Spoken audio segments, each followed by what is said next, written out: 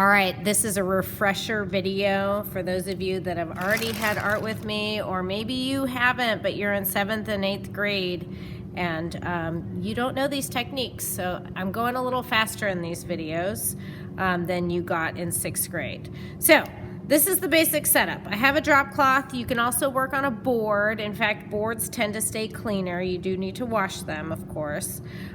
These are slab sticks. I'm going to be starting with the slab technique because it does take a little bit longer. You need 2 slab sticks. Should be the same color. It's a little faded. These are pink. These are my thinnest ones. I have a little rolling pin here that I'm going to use to roll a slab. Your basic clay setup, you don't need these particular materials unless you're rolling a slab. Your basic clay setup has some sort of board or drop cloth. This is my slip, which is clay and water. A modeling tool here, a pin tool. If you're cutting like into a slab, get one of these thicker ones. They're stronger. This one is a little wimpier. It's good for scoring, but not so good for cutting into clay. And you will also need a spray bottle at your table. Okay, I'm gonna start with the slab technique because this one takes the longest. Grab a nice chunk of clay. Of course, your slab is going to need more clay if it's a bigger slab. These are just a couple little examples of slab techniques. Of course, you add to them, right? It's not just a slab. We have little designs here. So in order to do the slab technique, you need a rolling pin. You need to use your body weight. And I like to use those slab sticks, and I just press into the clay. It's a little bit hard to roll out a good slab, but once you have it, then you cut into it the shape that you want. Now you know your slab isn't gonna get any bigger unless you add more clay. So this is good if you have a nice, if you wanna do something that's a long rectangle. If you're doing something more circular or square, you do need to kind of lift and rotate it. Otherwise, it's just gonna end up being one long piece of clay. Okay, so it's not getting any bigger. That means I've rolled it out all the way. I like to use stencils or something to trace. If I want a perfect shape, for example, this square, I would use a pin tool that is thicker. I draw first to make sure that it's the right size, because if I make an oopsie and I cut into it and it's the wrong size, you gotta re-roll that slab. Like had I cut there, that would have been a little bit off. Once you have a nice shape, you can cut into it. And again, if I were to try to use the pin tool, this pin tool, it wouldn't be cutting very well. It would bend. So just be aware of what you're doing and what tool you need. Okay, so now I have a little slab here. I'm gonna cut this away. Now, I wanna add something to it, right? Like this little dancing banana. These are coils. I'm gonna show you the coil in a second. Sometimes like this banana on top, it's not too thick, but it is like a little slab. You could just make a little banana if you want with a chunk of clay and slip and score it on. Or you could just roll another slab out. Maybe you don't want a banana, and that's okay. I'm gonna roll out a thin slab, because anything you add to this doesn't have to be as thick.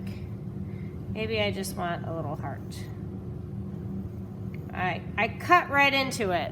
I would always draw it, right? I'm trying to make this video a little bit quicker, but I did cut right directly into it. Now, I wanna add this heart on here.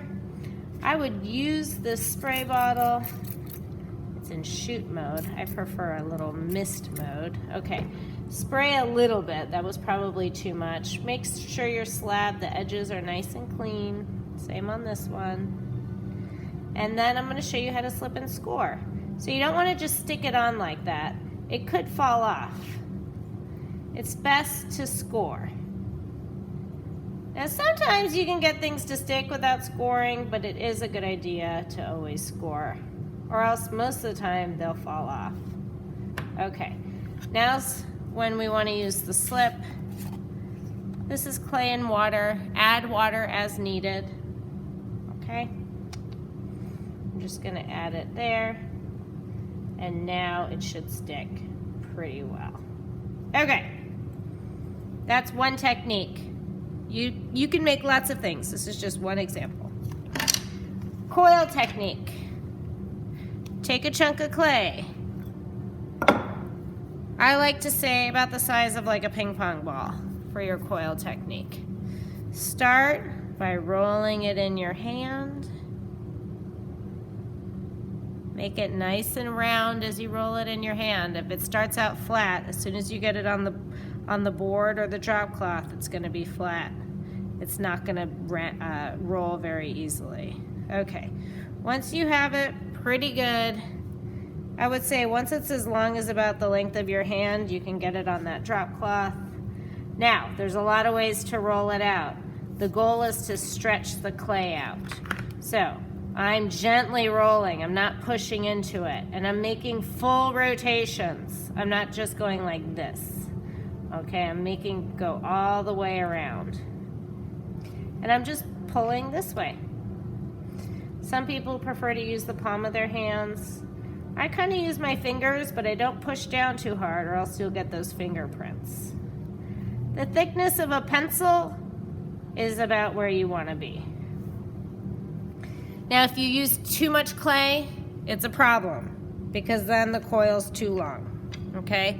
The coil technique is good for making bowls that look like this. I can even show you how to smooth out the coil.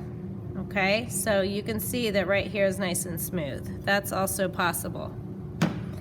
Now, if you wanted to, you could roll out a slab. Let's just flip this guy over. And I could use my coil to build up a pot or a bowl, okay? Most of the time those things are round, so you could cut a round piece and build from there. I would slip and score the whole way. Okay, last technique is a pinch pot. Pinch pot, you can do hollow forms. This is hollow. You see there's a hole in it for the air to come out. Pinch pot is good to make bowls and cups. This one is just a bowl that's been shaped into a heart. In order to do a pinch pot, I'm just gonna start over here, grab my clay. I would say tennis ball size is good. Roll it. It's best to try to get rid of all the little wrinkles and bumps before you start trying to pinch out your pot. Okay. Get it pretty smooth. You can roll it on the table, you can roll it on your hands, use your hands. There's a little paper there. Okay, this is pretty good. Now for the pinch pot, you want to hold it in one hand, use your thumb, push it in, and I'm going to pinch all the way around. And I've got a little pot now. Now I want to get rid of these little finger marks, and I want the walls of my pot to be nice and even. I can start to put it down now and kind of press carefully. See this crack? If you start to see a crack, smooth it out right away. And here we go. I'm gonna make my little pinch pot. And that's basically it. Of course you can roll it and smooth it. To make a hollow form, you need to start with 2 chunks of clay that are about the same size. So that one's pretty small. I'm gonna destroy that. I'm gonna try to make them about the same size. Now, starting over. This is the last technique, is the hollow form. I'm gonna roll it. Okay, I've got one. I've got my other one, about the same size, doesn't have to be perfect. I got some cracks here. You can smooth it out, keep rolling. Try to start with a pretty smooth piece of clay. Okay, they're about the same size. Now, pinch pot number 1. I'm going pretty fast in this video, so it's not so long. You guys are gonna take your time. Fix that crack. Once you have a really nice looking pot, start the other one and I'll show you how to attach it. Okay. I would spend more time on it, but for the sake of the video going quicker, I'm just gonna move on. Okay.